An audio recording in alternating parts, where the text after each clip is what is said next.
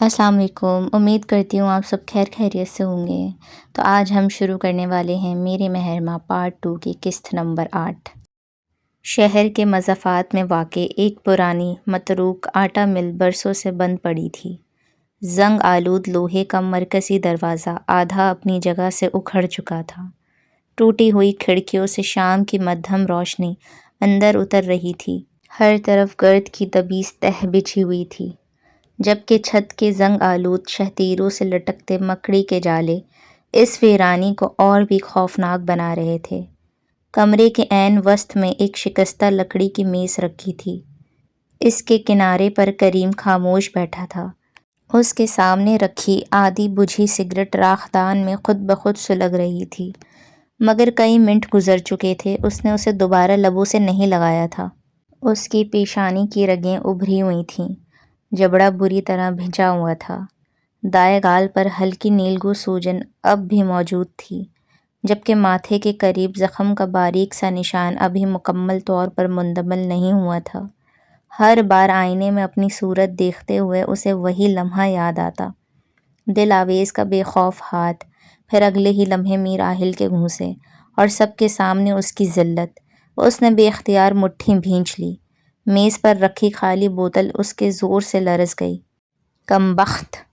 لفظ اس کے دانتوں کے درمیان سے ایسے نکلے جیسے زہر ٹپک رہا ہو۔ دروازہ چرچراتا ہوا کھلا۔ اس کے 3 ساتھی اندر داخل ہوئے۔ ایک نے محتاط انداز میں ادھر ادھر دیکھا، پھر آہستہ سے کہا، خبر پکی ہے؟ کریم نے نظریں اٹھائیں۔ کیا؟ تیرا باپ ہسپتال سے واپس حویلی آ گیا ہے؟ چند لمحوں تک کریم کے چہرے پر کوئی تاثر نہ آیا۔ اور حویلی کی نگرانی پہلے سے دگنی کر دی گئی ہے۔ دوسرے شخص نے بات آگے بڑھائی۔ مرکزی دروازے پر نئے گارڈز کھڑے ہیں، پچھلے راستے پر بھی پہرا بڑھا دیا ہے۔ تیسرے نے تلخی سے ہنستے ہوئے کہا، اور سننے میں آیا ہے کہ میر راحل نے خاص حکم دیا ہے کہ اگر تو حویلی کے آس پاس بھی دکھائی دے تو فوراً اسے اطلاع دی جائے۔ کمرے میں چند لمحوں کی خاموشی چھا گئی۔ کریم کی پلک تک نہ جھپکی، مگر اس کی آنکھوں کی گہرائی میں کچھ سخت سا اتر آیا۔ اس نے دھیرے سے کرسی کی پشت سے ٹیک ہٹا دی تو اس کے لبوں پر ایک سرد مسکراہٹ ابھری۔ اسے لگتا ہے وہ مجھے روک لے گا؟ کسی نے جواب نہ دیا۔ وہ سمجھتا ہے اونچی دیواریں، بندوقیں اور چند محافظ مجھے حویلی سے دور رکھ لیں گے؟ اس نے میز پر انگلیوں کی پوروں سے آہستہ آہستہ ضرب لگانی شروع کر دی۔ ہر ضرب کمرے کی خاموشی میں غیر معمولی طور پر نمایاں محسوس ہو رہی تھی۔ غلطی؟ وہ زیر لب بولا، بہت بڑی غلطی۔ ایک ساتھی نے ہچکچاتے ہوئے پوچھا، تو اب کیا کریں؟ کریم نے پہلی بار سر اٹھا کر اس کی طرف دیکھا۔ وہ نظر ایسی تھی کہ سوال کرنے والا بے اختیار خاموش ہو گیا۔ ابھی کچھ نہیں، وہ غیر معمولی سکون سے بولا۔ شکار پر اس وقت وار نہیں کیا جاتا جب وہ پوری طرح چوکس ہو۔ وہ آہستہ آہستہ کرسی سے اٹھا، جیب میں ہاتھ ڈالے ٹوٹی ہوئی کھڑکی تک جا پہنچا۔ دور ڈوبتے سورج کی سرخی ویران عمارت کے اندر پھیل رہی تھی۔ اس نے نظریں افق پر جمائے رکھیں۔ میر راحل نے میری حویلی میں داخلے پر پابندی لگائی ہے۔ اس کے لہجے میں عجیب سی ٹھنڈک تھی۔ لیکن یہ تو نہیں سوچا کہ ہر جنگ دروازے سے اندر داخل ہو کر نہیں لڑی جاتی۔ اس کے ساتھی ایک دوسرے کا چہرہ دیکھنے لگے۔ کریم نے دھیرے سے گردن موڑی۔ اس کی آنکھوں میں اب غصہ نہیں تھا، وہاں ایک خطرناک اطمینان تھا، ایسا اطمینان جو صرف اس شخص کی آنکھوں میں اترتا ہے جس نے انتقام کا رستہ چن لیا ہو۔ میر راحل 2 دن کے لیے شہر سے باہر گیا ہے، اس نے آہستگی سے کہا، اور بعض اوقات اس کے ہونٹوں پر نہایت مدھم مگر لرزہ طاری کر دینے والی مسکراہٹ نمودار ہوئی۔ صرف 2 دن ہی کسی کی پوری زندگی بدل دینے کے لیے کافی ہوتے ہیں۔ یہ کہہ کر وہ خاموش ہو گیا۔ کمرے میں موجود تینوں آدمیوں نے ایک دوسرے کی طرف دیکھا، مگر کسی میں اتنی ہمت نہ تھی کہ اس سے اگلا سوال کر سکے، کیونکہ وہ جانتے تھے کریم کی خاموشی کبھی بے وجہ نہیں ہوتی۔ تم ٹھیک ہو؟ ذوالکفل کے استفسار پر میر راحل جیسے نیند سے جاگا تھا۔ ذوالکفل نے گہری نظروں سے اس کے چہرے کا جائزہ لیا۔ ابھی چند لمحے پہلے تک سامنے بیٹھا شخص ایک مضبوط اعصاب رکھنے والا، ہر حقیقت کو منطق کی کسوٹی پر رکھنے والا انسان تھا، مگر اس وقت اس کے چہرے کی ساری سختی جیسے کسی نے لمحوں میں نوچ لی تھی۔ رنگت زرد پڑ چکی تھی، آنکھوں کی پتلیاں ساکت تھیں، جیسے سامنے موجود منظر کو دیکھنے کے باوجود وہ کسی اور ہی دنیا میں کھو گیا ہو۔ میر راحل نے چند لمحے پلکیں جھپکیں۔ اس نے ایک گہرا سانس لیا، پھر اپنے منتشر وجود کو سمیٹنے کی ناکام کوشش کرتے ہوئے لبوں پر ہلکی سی مسکراہٹ سجا لی۔ بالکل ٹھیک ہوں، تمہارا شکریہ، تم نے میرے لیے اپنا وقت نکالا، اس نے آہستگی سے کہا۔ ذہن میں تلاطم مچا تھا۔ ذوالفقار نے محسوس کر لیا تھا کہ راحل کی زبان کچھ اور کہہ رہی ہے، جبکہ اس کی آنکھیں کچھ اور۔ چند حقیقتیں ایسی ہوتی ہیں جن پر انسان فوراً رد عمل نہیں دے پاتا۔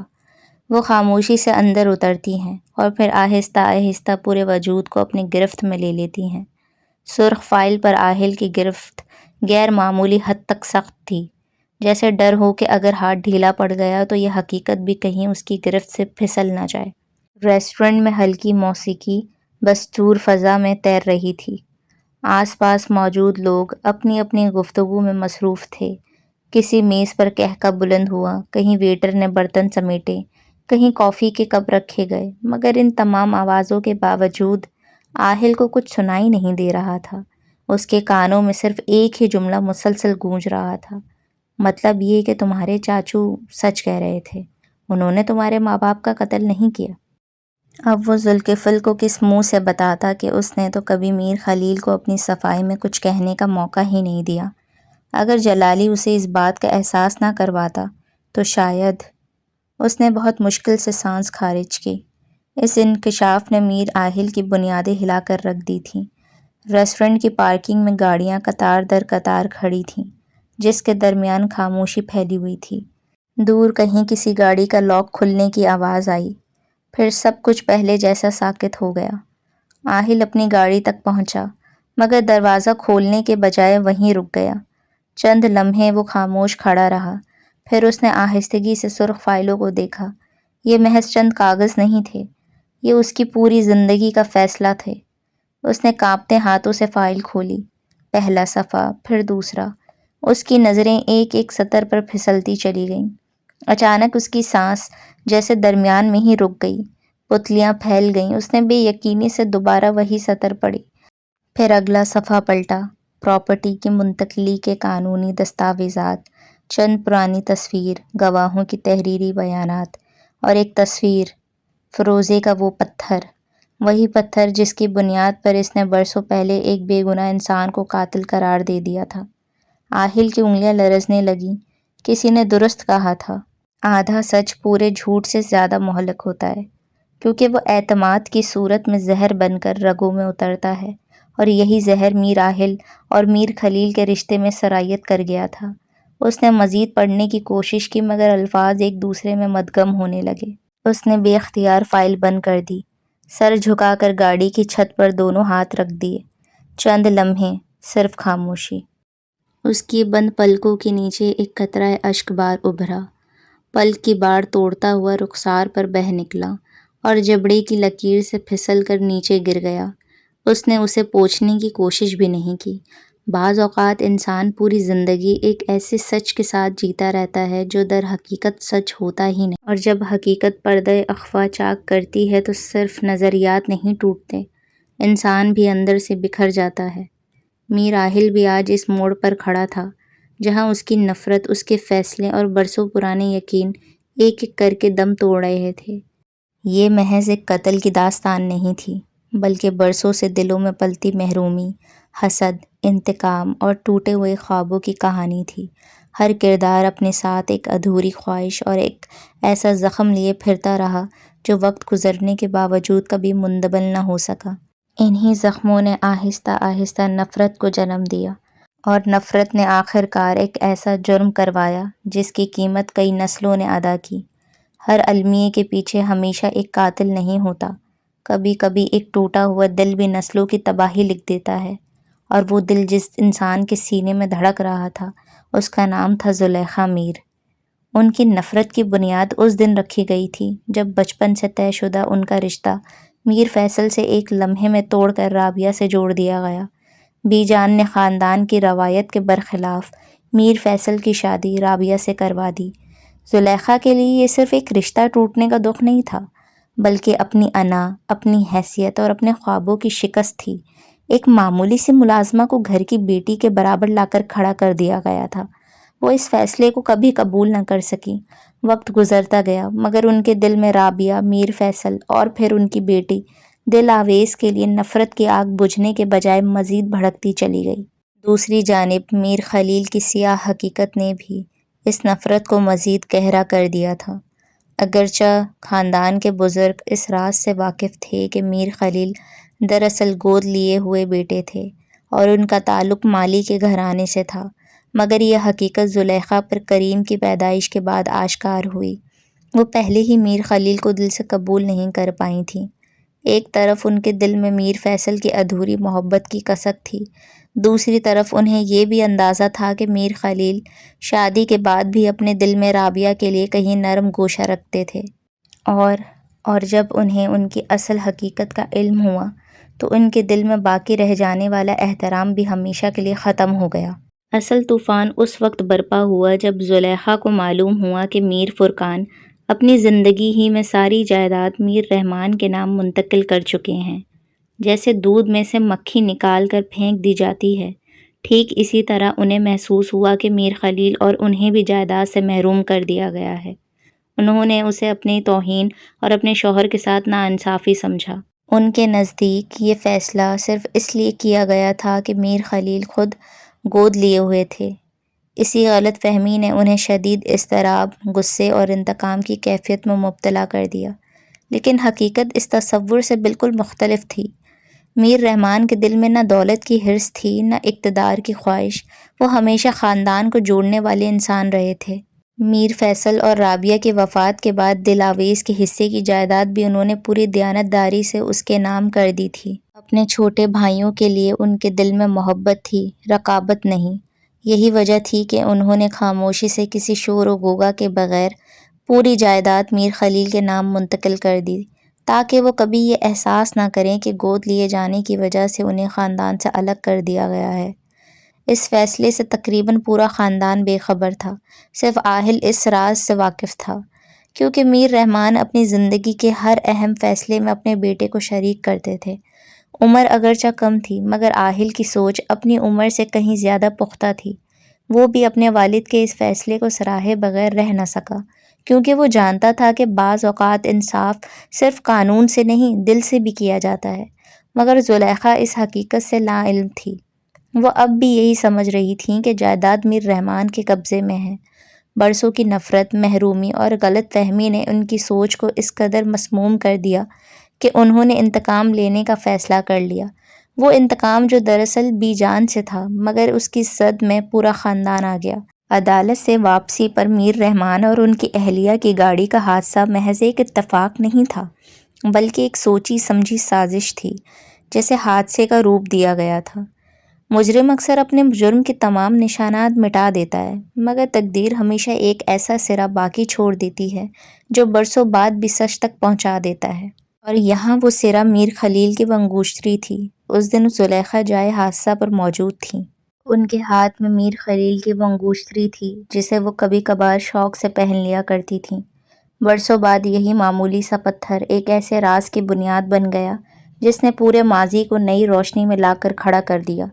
عاہل نے بچپن سے وہ انگوشتری میر خلیل کے ہاتھ میں دیکھی تھی، اسی لیے اس نے پتھر کو پہچان تو لیا، مگر اس کے ساتھ جڑی حقیقت کو غلط سمجھ بیٹھا۔ اس نے یہ نتیجہ اخذ کر لیا کہ شاید میر خلیل نے دولت کی خاطر اس کے والدین کی جان لے لی، حالانکہ حقیقت اس کے بالکل برعکس تھی۔ یوں ایک غلط فہمی نے برسوں تک ایک بے گناہ کو مجرم بنا کر رکھا، جبکہ اصل قاتل اپنے انتقام کی آگ میں جلتے ہوئے خاموشی سے سب کے درمیان زندہ رہا۔ بعض اوقات سچائی بہت دیر سے سامنے آتی ہے، مگر جب آتی ہے تو صرف راز ہی نہیں کھولتی، انسان کے برسوں پرانے یقین کو بھی جھنجھوڑ کر رکھ دیتی ہے۔ مگر زلیخا کے انتقام کی ابتدا اس سے بھی پہلے ہو چکی تھی۔ قسمت نے جب میر رحمان اور ان کی اہلیہ کو اس دنیا سے رخصت کیا تو انہوں نے ایک بار پھر امید باندھ دی کہ شاید اب حالات ان کے حق میں ہو جائیں گے۔ وہ اپنی بیٹی ریما کو اس حویلی کی بہو اور عاہل کی شریک حیات دیکھنا چاہتی تھیں۔ جو محرومیاں انہوں نے عمر بھر جھیلی تھیں، ان کا ازالہ وہ اپنی بیٹی کی خوش نصیبی سے کرنا چاہتی تھیں، کیونکہ آہل صرف دولت مند یا خوبرو نہیں تھا بلکہ میر خاندان کا وارث بھی تھا، میر رحمان کی موت کے بعد تمام جائیداد کا ایک لوتا مالک۔ مگر بی جان ایک بار پھر ان کی خواہش کے سامنے دیوار بن کر کھڑی ہو گئیں۔ انہوں نے زلیخا کی مرضی کے برخلاف آہل کی نسبت دل آویز سے طے کر دی۔ یوں برسوں پہلے دل میں لگا وہ زخم ایک بار پھر ہرا ہو گیا، مگر اس بار اس میں صرف محرومی کی ٹھیس نہیں تھی، اس کے ساتھ اپنی خواہشوں کے روندے جانے، اپنی حیثیت کے نظر انداز ہونے اور ذلت آمیز شکست کا کرب بھی شامل تھا۔ زلیخا کے لیے اب یہ صرف ایک رشتہ نہیں رہا تھا بلکہ ان کی انا کا مسئلہ بن چکا تھا۔ وہ ہر قیمت پر اس نکاح کو رکوانا چاہتی تھی، خواہ اس کے لیے انہیں خون ہی کیوں نہ بہانا پڑے۔ پھر وہ ہوا جس کا حویلی میں کسی نے گمان تک نہیں کیا تھا۔ بی جان کے قتل کے ساتھ زلیخا کو یقین تھا کہ انہوں نے آہل اور دلاویز کے رشتے کی بنیاد ہمیشہ کے لیے ڈھا دی ہے۔ انہیں گمان تھا کہ اس خون کے بعد اس حویلی میں ماتم کے سوا کچھ نہیں ہوگا، نکاح کا تو سوال ہی پیدا نہیں ہوتا۔ مگر ان کی تمام امیدیں اسی لمحے خاک میں مل گئیں جب بی جان کی میت ابھی حویلی میں موجود تھی اور عین اسی مقررہ وقت پر میر آہل نے دلاویز کا ہاتھ تھام کر اسے اپنی شریک حیات بنا لیا۔ وہ صرف ایک نکاح نہیں تھا بلکہ زلیخا کی برسوں کی نفرت، ان کی منصوبہ بندی اور ان کے غرور کے منہ پر ایسا تماچا تھا جس کی گونج ہمیشہ کے لیے ان کے وجود میں اتر گئی تھی۔ اس دن وہ صرف اپنی چال نہیں ہاری تھیں بلکہ دلاویز سے بھی ہار گئی تھیں۔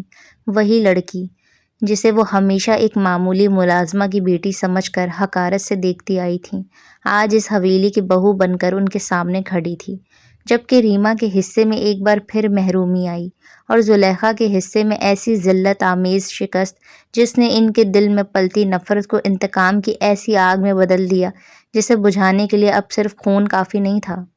مگر ہر جرم اپنے نصیب میں سزا بھی لکھوا کر آتا ہے، چاہے وہ برسوں تک نظروں سے اوجھل ہی کیوں نہ رہے۔ زلیخا بھی اپنے گناہوں سے ہمیشہ کے لیے فرار حاصل نہ کر سکی۔ جس راز کو انہوں نے عمر بھر سینے میں دفن رکھا، اس کا پہلا گواہ ان کی اپنی بیٹی ریما بنی۔ اس نے اپنی آنکھوں سے اپنی ماں کو بی جان کا قتل کرتے دیکھا، مگر یہ بوجھ اس کی ہمت سے کہیں زیادہ بھاری تھا۔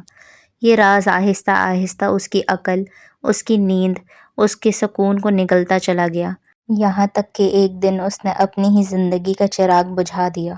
اور پھر تقدیر نے زلیخا کے دروازے پر بھی دستک دی۔ کوئی عدالت نہ لگی، کوئی گواہ نہ آیا، کوئی فیصلہ نہ سنایا گیا، صرف ایک لمحہ، ایک معمولی سی لغزش اور غسل خانے کی پھسلن نے ان کی زندگی کا آخری باب ہمیشہ کے لیے بند کر دیا۔ ان کے چھپائے ہوئے گناہوں کا فیصلہ زمینی عدالتوں نے نہیں، عرش کی عدالت نے سنایا۔ ہر جرم کی سزا ہتکڑی نہیں ہوتی، بعض فیصلے ایسے بھی ہوتے ہیں جو انسان سے پہلے اس کا سکون چھینتے ہیں، پھر اس کی نیند، پھر اس کی اولاد اور آخرکار اس کی سانسیں تک نگل لیتی ہیں۔ اللہ کی عدالت میں نہ کوئی جرم دفن رہتا ہے، نہ کوئی ظالم ہمیشہ مہلت پاتا ہے۔ فائل دوبارہ بند ہو چکی تھی۔ یہ سچ اس کے سینے پر کسی چٹان کی طرح آ گرا تھا۔ وہ کافی دیر تک گاڑی کی ڈرائیونگ سیٹ پر خاموش بیٹھا رہا۔ نہ اس نے انجن اسٹارٹ کیا، نہ کسی کو فون کیا، بس سامنے ونڈ اسکرین سے باہر دیکھتا رہا، جیسے پہلی مرتبہ دنیا کو دیکھ رہا ہو۔ پھر اس نے ایک طویل سانس بھری، گاڑی آہستہ سے پارکنگ سے نکلی۔ شہر کی روشنیاں ایک ایک کر کے پیچھے رہتی چلی گئیں۔ چند گھنٹوں بعد وہ ہوائی اڈے کی عمارت کے سامنے کھڑا تھا۔ لوگ جلدی جلدی اپنے سامان کے ساتھ اندر جا رہے تھے، اعلانوں کی آوازیں مسلسل گونج رہی تھیں۔ وہ خاموش قدموں سے اندر داخل ہو گیا۔ حویلی کی پچھلی سمت معمول سے کہیں زیادہ روشن تھی۔ فیلڈ لائٹس کی سفید شعاعیں وقفے وقفے سے پورے احاطے پر پھیل جاتیں، جبکہ 4 مسلح محافظ مختلف سمتوں میں مسلسل گشت کر رہے تھے۔ ہر چند لمحوں بعد کسی کے بوٹوں کی آواز پتھریلی زمین سے ٹکراتی اور پھر خاموشی نگل لیتی۔ جھاڑیوں کے عقب میں دبکا کریم اپنے 3 ساتھیوں کے ساتھ پچھلے 45 منٹ سے ایک ہی جگہ بیٹھا تھا۔ تم لوگوں کو معلوم ہے نا کہ کیا کرنا ہے؟ کریم کے استفسار پر تینوں نے سر اثبات میں ہلایا۔ کریم کی نظریں محافظوں کے قدموں پر تھیں۔ وہ ان کے چہروں کو نہیں، ان کے راستوں کو، یاد کر رہا تھا۔ ایک محافظ دائیں جانب جاتا، دوسرا تقریباً 10 سیکنڈ بعد بائیں حصے کا چکر لگاتا، تیسرا عقب میں واقع اسٹور روم کے گرد گھومتا اور چوتھا چند لمحوں کے لیے پچھلے دروازے کے سامنے ٹھہر جاتا۔ کریم کے لبوں پر ہلکی سی مسکراہٹ ابھری۔ جتنا چاہو پہرا بڑھا لو، انسان کی عادت نہیں بدلتی۔ اس نے دل ہی دل میں وقت گنا، 1 2 3۔ عین اسی لمحے پچھلے دروازے کے سامنے کھڑا محافظ وائرلیس پر آنے والی آواز سن کر چند قدم دوسری سمت بڑھا۔ ادھر دوسرے محافظ کے ٹارچ کی روشنی ابھی درختوں کے جھنڈ کی طرف مڑی ہی تھی۔ بس یہی وہ لمحہ تھا۔ کریم بجلی کی تیزی سے جھاڑیوں سے نکلا۔ وہ سیدھا نہیں بھاگا بلکہ دیوار کے ساتھ جسم چپکائے سایوں کے اندر اندر آگے بڑھتا رہا۔ ایک لمحے کے لیے ایک محافظ پلٹا بھی، مگر کریم فوراً دیوار سے لپٹ گیا۔ فلڈ لائٹس کی روشنی اس کے جوتوں سے چند انچ کے فاصلے پر سے گزر گئی۔ اس کی سانس سینے میں رک گئی۔ محافظ نے چند لمحے اطراف میں نظر دوڑائی، پھر بے پرواہی سے آگے بڑھ گیا۔ کریم نے آہستگی سے سانس خارج کی۔ اب وہ پچھلے دروازے تک پہنچا۔ دروازہ باہر سے مقفل تھا، مگر چند روز پہلے حویلی میں آنے جانے کے دوران اسے معلوم ہو چکا تھا کہ دروازے کے اوپری کونے کی کنڈی پوری طرح بند نہیں ہوتی تھی۔ اس نے نہایت احتیاط سے ہاتھ بڑھایا، کنڈی کو مخصوص زاویے سے دبایا۔ ہلکی سی ٹک کی آواز آئی۔ دروازہ چند انچ کھل گیا۔ کریم فوراً اندر سرک گیا۔ اسی لمحے ایک محافظ دوبارہ اسی راستے پر واپس آیا۔ اس کی ٹارچ کی روشنی کھلے ہوئے دروازے سے صرف چند لمحے بعد گزری، مگر تب تک کریم اندھیرے میں گم ہو چکا تھا۔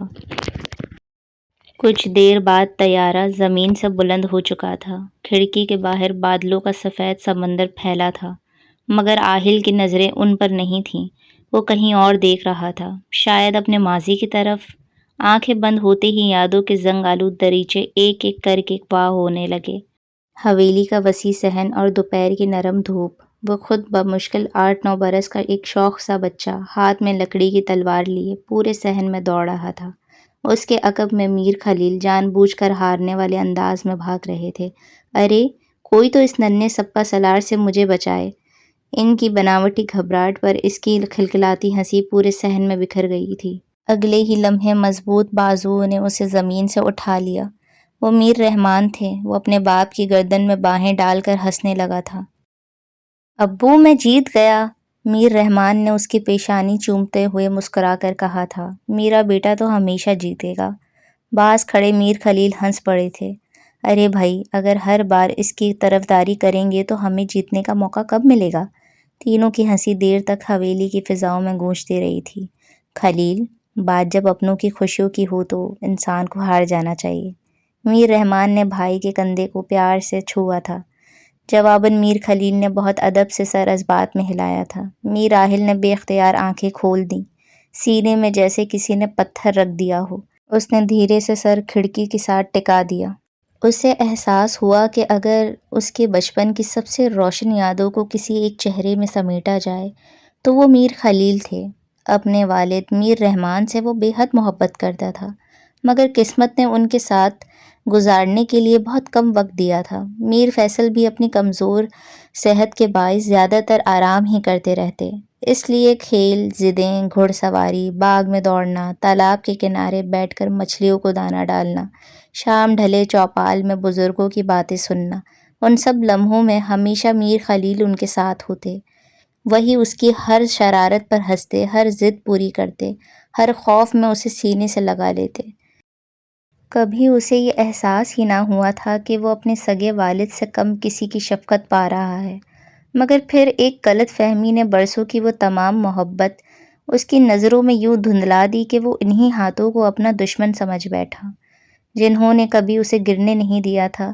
آج جب حقیقت اس پر آشکار ہوئی تو اسے یوں محسوس ہوا جیسے اس نے اپنی زندگی کے سب سے قیمتی برس خود اپنے ہاتھوں سے ضائع کر دیے ہوں، وہ برس جو اپنے لوگوں کے درمیان مسکراتے ہوئے گزر سکتے تھے۔ نفرت، فاصلے اور ایک جھوٹے یقین کی نظر ہو گئے۔ برسوں تک وہ انہی یادوں کو جھٹلاتا رہا، اپنے دل کو یہی یقین دلاتا رہا کہ یہ سب محض ایک دھوکہ ہے، کہ میر خلیل صرف دکھاوے کا پیار کرتے تھے۔ ان کے چہرے کی ہر مسکراہٹ کے پیچھے ایک قاتل چھپا بیٹھا تھا۔ اس نے ایک ایسے انسان کو برسوں نفرت کی سزا دی جس نے اس کے یتیم ہونے کے بعد بھی باپ بننے کی کوشش کی تھی، جس نے اس کے سر سے سایہ اٹھنے نہیں دیا تھا۔ میر خلیل نے اپنے جرم کی نہیں، کسی اور کے جرم کی خاموش سزا کاٹی۔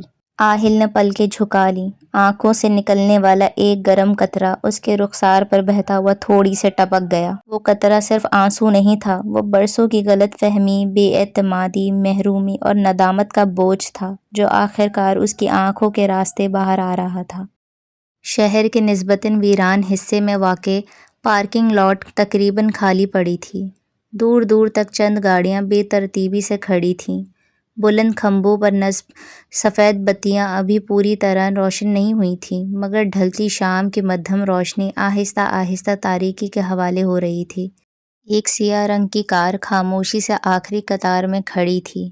ڈرائیونگ سیٹ پر جولیانا بیٹھی تھی۔ سبز اسکارف اس کے سر اور چہرے کے گرد اس مہارت سے لپٹا ہوا تھا کہ صرف اس کی آنکھیں دکھائی دے رہی تھیں۔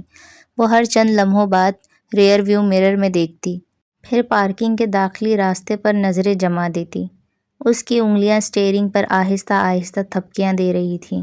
چہرہ پرسکون تھا، مگر آنکھوں کے پیچھے اضطراب کی لہریں صاف محسوس ہوتی تھیں۔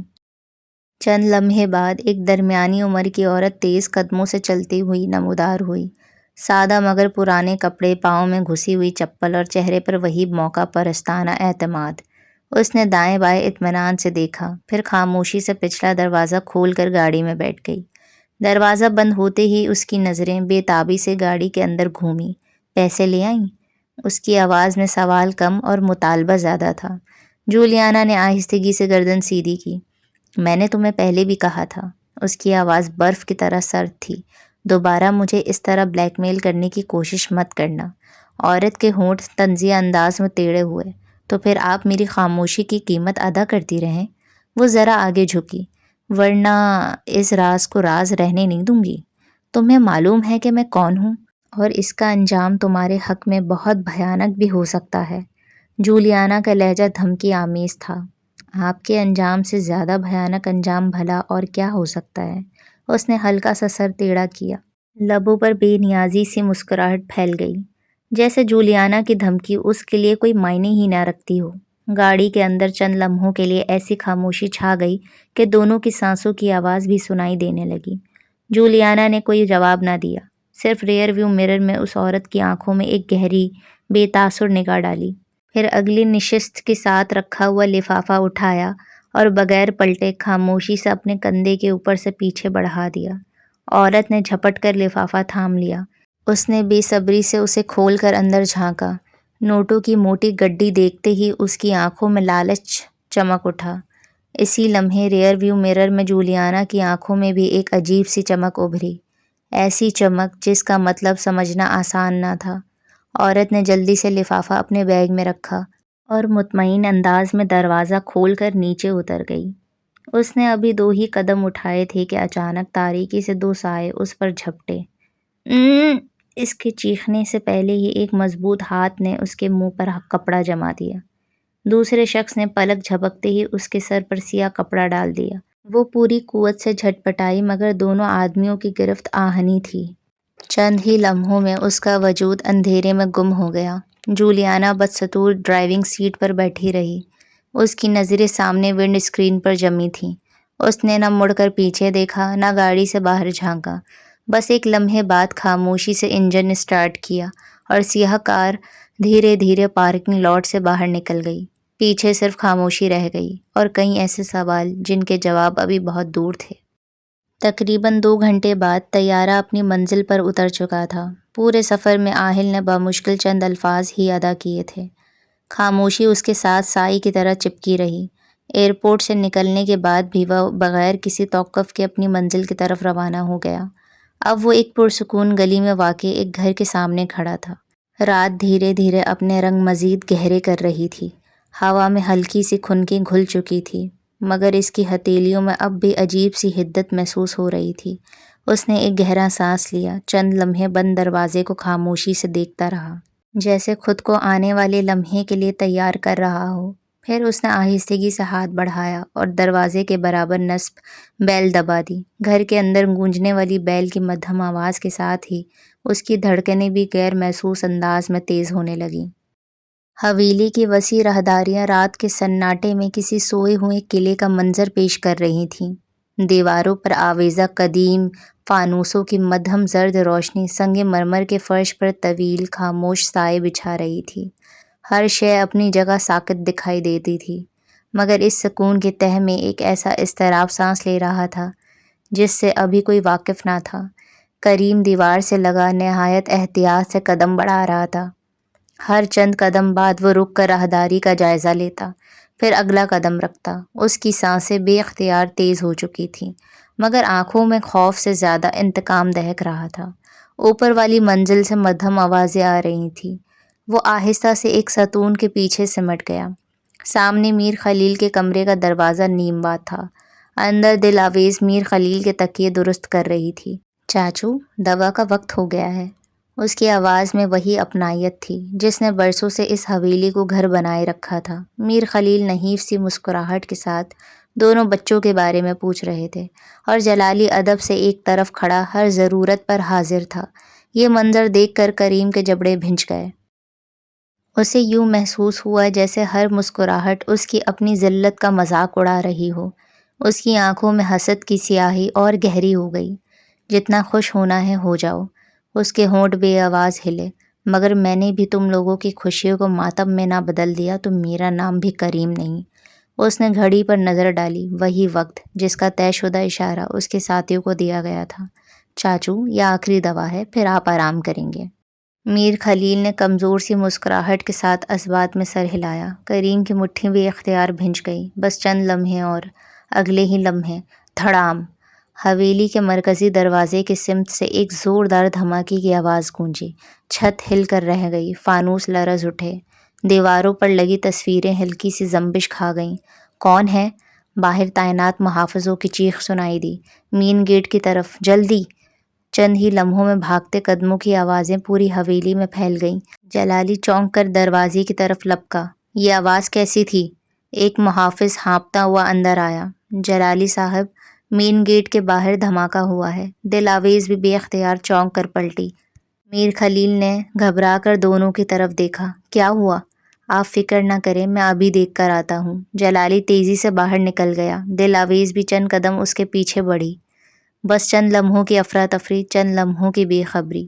وہ سائے کی طرح راہداری میں پھسلا اور سیدھا بچوں کے کمرے کی طرف بڑھ گیا۔ دروازہ آہستگی سے کھلا۔ کمرے میں مدھم نائٹ لیمپ جل رہا تھا۔ ننھی عائلہ گہری نیند میں تھی، جبکہ میران کروٹ بدل کر ابھی جاگا ہی تھا۔ اس نے اجنبی چہرہ دیکھا تو چونک کر اٹھ بیٹھا۔ آپ کون؟ جملہ مکمل ہونے سے پہلے ہی کریم نے لپک کر اسے بازو سے پکڑ لیا۔ میران پوری طاقت سے چیخا، ماما! کریم نے جھنجھلا کر اسے دھکا دیا اور قریب موجود غسل خانے کا دروازہ کھول کر اندر دھکیل دیا۔ خاموش! دروازہ باہر سے بند کرتے ہی اس نے جیب سے کلوروفارم میں بھیگا رومال نکالا۔ چند ہی لمحوں بعد عائلہ کا ننھا سا وجود بے حس ہو چکا تھا۔ کریم نے اسے اپنے بازوؤں میں اٹھایا، اس کے چہرے پر چادر ڈال دی اور پچھلے راستے کی طرف بڑھ گیا۔ ادھر حویلی کے مرکزی حصے میں اب بھی محافظ دھماکے کی جگہ کا جائزہ لے رہے تھے۔ یہ اصلی بم نہیں تھا، صرف دھوئیں اور دھماکے کا تاثر پیدا کرنے والا ایک بے ضرر آلہ تھا۔ ایک محافظ نے جائزہ لینے کے بعد کہا۔ یہ الفاظ ابھی اس کے ہونٹوں سے ادا ہی ہوئے تھے کہ دل آویز کے وجود میں جیسے بجلی دوڑ گئی۔ اس کے چہرے کا رنگ یکایک اڑ گیا۔ دل نے نہ جانے کیوں ایک ہی نام پکارا۔ اس نے بے اختیار سرگوشی کی، عائلہ، میران۔ اگلے ہی لمحے وہ دوڑ پڑی، اتنی تیزی سے کہ جلالی بھی چند لمحوں کے لیے حیران رہ گیا۔ دل آویز بی بی! مگر وہ رکی نہیں، لمبے راہداریوں کو عبور کرتی ہوئی سیدھی بچوں کے کمرے تک پہنچی۔ دروازہ کھولتے ہی اس کے قدم جیسے زمین میں گڑ گئے۔ بستر پر صرف عائلہ کا کمبل پڑا تھا، مگر عائلہ وہاں نہیں تھی۔ اسی لمحے غسل خانے کے اندر سے کسی کے زور زور سے دروازہ پیٹنے کی آواز آئی۔ ماما! ماما! دروازہ کھولیں! دل آویز کے ہاتھ کانپ اٹھے۔ اس نے لرزتے ہاتھوں سے کنڈی کھولی۔ دروازہ کھلتے ہی میران روتا ہوا اس سے لپٹ گیا۔ ماما، وہ انکل عائلہ کو لے گئے۔ دل آویز نے اس کے دونوں کندھے تھام لیے۔ کون انکل؟ دھماکے کی آواز آئی تھی، پھر ایک انکل آئے، انہوں نے پہلے مجھے لے جانے کی کوشش کی، میں چیخنے لگا تو انہوں نے مجھے یہاں بند کر دیا، اس کی ہچکیاں بند گئیں، پھر وہ آئلہ کو اٹھا کر لے گئے۔ یہ الفاظ دل آویز کے کانوں سے ٹکرائے نہیں، سیدھے اس کے وجود میں پیوست ہو گئے۔ پل بھر میں اس کے قدموں تلے زمین جیسے کھسک گئی۔ اس نے بے یقینی سے پلٹ کر جلالی کو دیکھا اور کمرے پر ایسی خاموشی اتر آئی جس میں صرف آنے والے طوفان کی آہٹ سنائی دے رہی تھی۔ ہاں جی، تو اسی کے ساتھ ہماری قسط نمبر 8 بھی مکمل ہو چکی ہے۔ آپ لوگ پلیز کامنٹ میں مجھے لازمی بتائیے گا کہ آپ کو ناول کیسا لگ رہا ہے۔ اور اس سے پہلے جب میں کسی اور کی آڈیو بک سنا کرتی تھی نا، تو مجھے ایسا لگتا تھا کہ بہت ہی آسان کام ہے، صرف آپ کو ریڈ کرنا ہوتا ہے۔ لیکن جب سے میں نے خود وائس اوور کرنا شروع کیا ہے تو مجھے اب احساس ہو رہا ہے کہ وائس اوور کرنا کتنی محنت کا اور بہت ہی مشقت کا کام ہے۔ گرمی میں بیٹھ کر آپ کو وائس اوور کرنا ہوتا ہے، اور اس کے بعد پھر آپ جس لمحے وائس اوور کرنے بیٹھتے ہیں اسی وقت دنیا جہاں کا سارا شور آپ کے ارد گرد سنائی دینے لگتا ہے۔ تو یہ واقعی بہت محنت کا کام ہے، اور میں سلیوٹ کرتی ہوں ان لوگوں کو جو اتنی محنت سے آڈیو بک ریکارڈ کر رہے ہوتے ہیں اور کنسسٹنسی کے ساتھ اپنے یوٹیوب چینل پہ اپلوڈ بھی کر رہے ہوتے ہیں۔ اور میں بھی یہی امید کرتی ہوں کہ میں بھی اسی کنسسٹنسی کے ساتھ میرے مہرماں پارٹ 2 کی ساری قسطیں آپ تک پہنچاتی رہوں۔ آپ لوگ لائک، کمنٹ اور شیئر کرنا نہ بھولیں پلیز۔ آپ لوگ کے کامنٹس پڑھ کے مجھے بہت اچھا لگتا ہے۔ تو خیر، اسی کے ساتھ الوداع لیتے ہیں، بہت گرمی لگ رہی ہے۔ انشاءاللہ ملتے ہیں اگلے ایپیسوڈ میں، تب تک کے لیے اپنا خیال رکھیں، خوش رہیں، آباد رہیں، فی امان اللہ۔